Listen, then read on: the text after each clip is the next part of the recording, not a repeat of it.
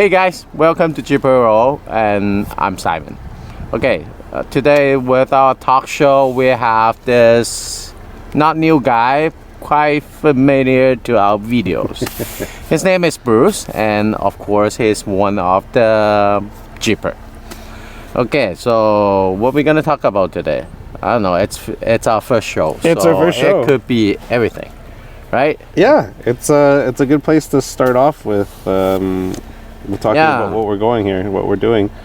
Well, the really reason we are doing this, it's just because, a lot of people want to know why Jeep. Yeah. Right? And then we play this community. We know a lot of Jeeper. Yeah.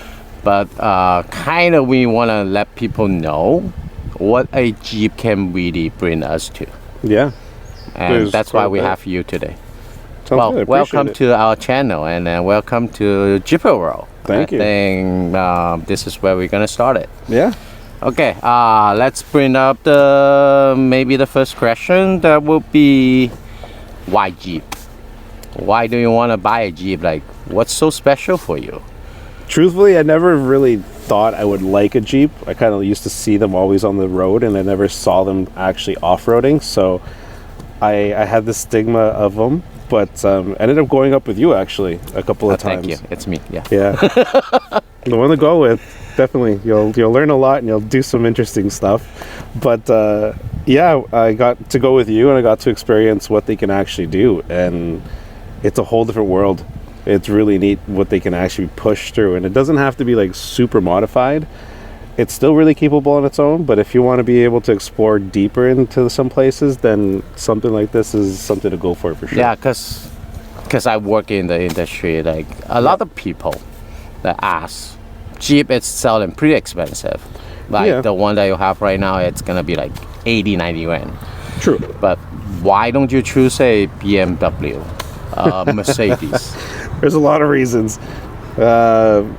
I don't know if I want to put a BMW's paint job through what we do. I don't think I have a problem right now. We're not that popular and famous yet. But yeah, why? Like, honestly, it's not a nice ride. It's not something like people would consider like luxury, like BMW or like Lexus. I get that. But when you actually can go into places and be able to not worry about, oh my god, my car is going to get scratched or my rim's going to get damaged, it's different. You get to be like, it's like being a big kid again, having your little toy in the mud and playing, and now you get to have your big toy in the mud and you get to drive it. It's so much better. Nice. I'm actually a Jeeper too, so yeah. Well, I think it's more like this is a fun toy. Yeah. It's a bigger toy. It's a Lego for me. I like Lego a lot, so I play around with this. Adding things, taking things off, changing things around, changing a different location. Like it's neat to be able to just, like you said, like Lego, plug and play with it, right? All right. Cool. So do you drive around the Jeep, like around the city, or you mostly just use it for off-road? It's my weekend car. I like it for, especially like days. So you're pretty rich to have another 80 grand car to be a weekend car, right? I would take it more of being able to enjoy myself more. If I didn't have this, I don't think I'd be able to be out in nature more often and practice fishing more often and just being able to not have to worry about the city life for a couple of days. It's nice. Yeah. Nice. Yeah. What about daily? Do you drive it? I do drive it. Just that mean you can't drive it daily anymore? I do drive it once in a while. I do like to drive it, but I prefer it more on the weekends. That's pretty bad though if you're telling me that people won't buy a Jeep for daily anymore. Well, if you have it set up really well, this thing in the daily drive is amazing. I love driving it. It's just when you get to a certain height, certain places you can't park. So that's one thing. But I'd rather it being parked at the back of a parking lot somewhere instead of an underground where someone's gonna do something to it. It's still something you can kind of get dirty and scratch, but it's still my baby. I don't want it to get damaged. Nice. I see a lot of modification on your cars. What did you actually do to it? Didn't do too much, but the setup is kind of simple. Front bumper, steel bumper with a winch. If you're wanting to get higher in In tire size and in height, you're going to need a winch because you're going to most likely get into some really deep spots. 37's on here. The Falcon suspension all around as well, which is really cool. It's all adjustable, so you get to feel it on a daily drive when you drive it. You can make it softer for when you hit certain bumps, or when you're off-roading, you make it a little bit stiffer. So it's totally adjustable. Yeah, fully nice. adjustable. That's yeah, nice. so you can have the front softer or the rear softer, or each point could be different, right? On the top, I have a canopy. Canopy is great, like I said, for rainy days. I like to be out there on rainy days too, so nothing's really going to stop me. And I think one of the most essential things is having a shower if you're going to be out there for a couple of days. Wow, nice. So I have a water tank up top that's pressurized, so you can take a shower when you're out there. Pretty nice. Yeah. Where do you sleep in the car though? There's two things. I like to camp, so I like to do it tent-wise, but I do have it set up with a couple of drawers and a flatbed in the back, so you can flatten the seats and actually sleep inside of it, which is really that's cool. nice. Yeah. I see a lot of people having a tent on top. Why don't you consider one? That's two reasons. Like I said, I like the tent. I remember it being when I was a kid. I used to love tenting and setting it up and sleeping in a tent. That was my favorite part. So I still like to do that. And truthfully, I'm not a big fan of the roof ones, especially if you're gonna get up in the middle of the night. You're trying to walk down the stairs, and I find it sketchy. But some people like it. I'm different. I guess it's kind of each to their own. Nice. Yeah. Well, can you tell me a little bit more, describe a little bit more, what's the most memorable thing that you did with this? Or maybe go off-road, or maybe... Yeah, I think the coolest place I've been so far was a location you and I went to. I call it the Pools. Where's that? That's up in Stave area. Oh, okay. You go further in, and there's a couple of water pools you can swim up to, and there's some waterfalls. We gotta cut this part though. We don't really tell people where to go. I'm joking. My bad. But yes, it's a cool little location. There's a lot of them around here. It's just getting to them is difficult, but I think that was the most memorable. What's so special about that? You have a kind of a mix of everything. You're in an area where it's really secluded, but you have fresh water where you can cool off if it's a nice hot day. And then there's still a lot of forestry around. So if it's too hot, you can still kind of hide out under the shade and do something different there. But I think it's neat because you get to climb up and explore more of those areas by foot instead of being just in a vehicle. How has the Jeep Wrangler changed your lifestyle? Quite a bit. How long have you owned this? I want to say just about 2 years. 2 years? Yeah. Okay, how does it change your life? A lot. Shot on the pocket? No, if you drive them calmly, like if you drive them properly, you don't really do a lot to them.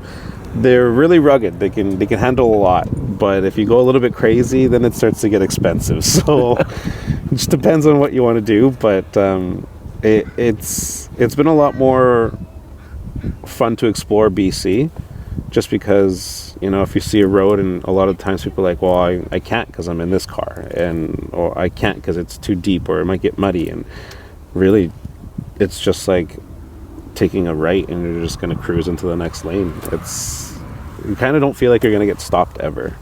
You kind of being able to keep going further and further, and that's what I love about it. I think that's how long you want to keep this? Like, I know people usually change it around, right? But for Jeep, it's kind of a little bit different. Yeah, I'm old school. I like my gas style vehicles. I know the new hybrids out and stuff like that. Those are pretty cool. I got to drive one, which is really neat. The torque is different from regular driving and stuff. So that I do drive one. So Yeah. if you want to swap it, I can have do a weekend trip. No, I would take yours. Looks way better than mine. Hey, it's still good for city driving. It still looks good. See, at least you can drive that more often and drive it everywhere compared to just certain areas. But yeah, no, it's a lot of fun. It's a lot of fun. But to just be like, are you gonna change it or upgrade it, change it to another one, or keep it for like people call it forever? I would say forever. I'm that type of guy. that, you know, eventually if I start to change things around, I might change things to them. But I think that it's something I'll keep for a while. I'd love to see. Yeah, because the reason I asked this, because I see you spend a lot of money into it. Like, Yeah. it's a lot. And that's another thing. Like, if you are selling it to anybody, especially like a dealership, they don't consider that kind of stuff, right? 100% no. They look at kilometers, damages, and that's pretty much it. And we don't really find a lot of Rubicon out there. People Yeah. usually just keep it. And That's why I know. But unless you're in like a community, like if you're in a group that we have, like this type of group, you're able to kind of work together and introduce your stuff in a different way. It's not just what kilometers you have and how much damage it is. They take into consideration, you know, I have, like, some people have like a compressor in their car that works automatically for their tires and stuff. So that's a big investment for a lot of people, right? And to be able to buy that as is and be able to just go, I think that's a cool avenue to take, because it's not just a car. It's more than just a car to me. nice. Do you usually just go out yourself or with your family or girlfriend? A mix of everything. I like to take people out who don't go out, Okay. which is really cool, so they get to experience it and be like, I've never been in a place like this, so you get to see it.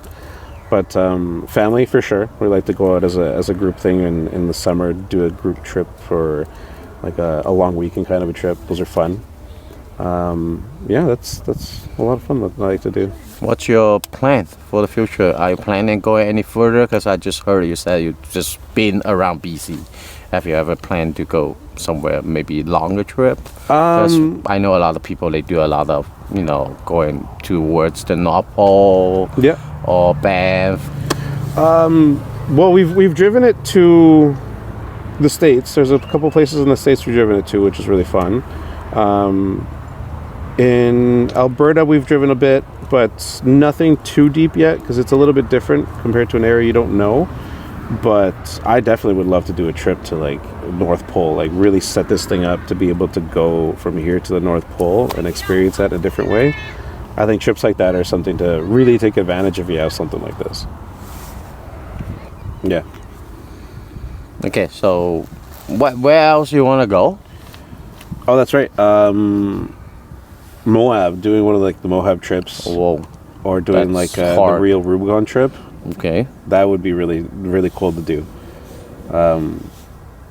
Yeah, that'd be fun. I see a lot of those videos, and some of those guys have some pretty insane modifications.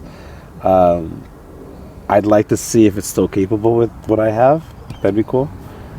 But yeah, just the scenery and the difficulty of that. That's what I want to experience. Oh, wow. That's nice. I wanted to go there too, honestly. I haven't Yeah. even been there. But we should. It's Yeah. a Rubicon It'd trail. be an awesome trail to do. That's like, I would even take a month off work to do something like that. Wow. Okay, so if I want you to tell, you know, people's why buy a Jeep, what would you suggest them to do? Like, why to buy a Jeep? Yeah, why, or what would you suggest them if they wanted to get a Jeep? Oh, I'd say for sure go do two things. I would either have a friend that, if they have them, to be able to take you out in it, and then get to drive it. If it's not modified, drive a normal one, a non-modified one, but also drive a modified one, and see what you actually like about it. It's funny, there's two things, because I actually used to sell these as well back in the day, and there's a couple of things that I always noticed that people would say. It was either uncomfortable if you're really tall, which is kind of true, and then always the kind of having to adjust the steering wheel. It's not something that's just going to cruise straight. It's never going to do that. Even if your suspension is good, even if your alignment's good, it has that little bit of play, right? So it always keeps you aware when I'm driving. It's funny. And when I'm in my other car, it's drive not the normal. same. It doesn't drive It normal. drives normal in a good way.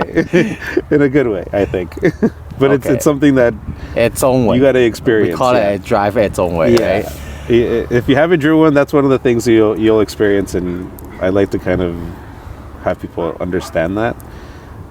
Just because you never know. Some people are ones that don't like holding their steering wheel as much and often and stuff, but that's a whole different story. Okay. I know we have some hybrid. I'm driving a hybrid right now, and then Yeah. you're driving a gas one. Mhm.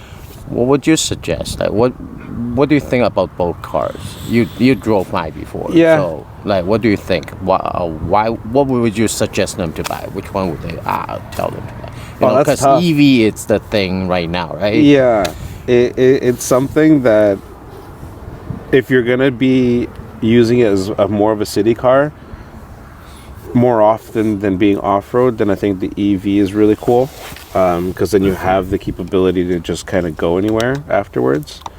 Like I mentioned before, the torque is really cool. How quick and instant it is. What was the other thing? The Auto 4. That was the really, 4H Auto. yeah, that Yeah. was really cool to feel, because in mine, when I'm in 4 high or low, if I'm trying to do a tight turn, I'm getting that whole hoppy feeling. And with yours, it was like driving it like a Cadillac. You were just kind of using your finger kind of to turn your wheel and stuff. You didn't get But that you can aggression. option that with the regular gas one, just so you know. I like it how it is. I like it simple. I don't like a lot of electronics in my cars, just because, like I said, I like to go deep. And each their own. Everybody likes their builds different, right? Yeah. Yeah. But going back to your question, 4xe, if you're going to drive it more in the city, I think that's a cool option. Since I like to drive more on the weekends, I prefer it just gas. I like the way that the gas reacts and how it sounds. And like I said, I'm old school. I used to work on like 1964 Fords and stuff. So like I like the rumble. I like that sound. And that's my take on what I What like. do you usually prepare before you go on serious off-roading? That's what we call it. That's a big list sometimes. Oh wow! It Okay. depends on what where we're going and what we're doing.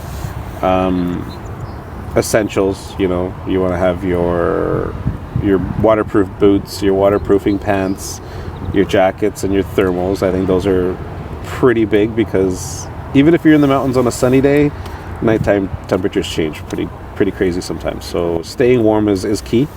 Some extra socks, some extra underwears. That's Underwear, also that's very true. key. Food, 100% food.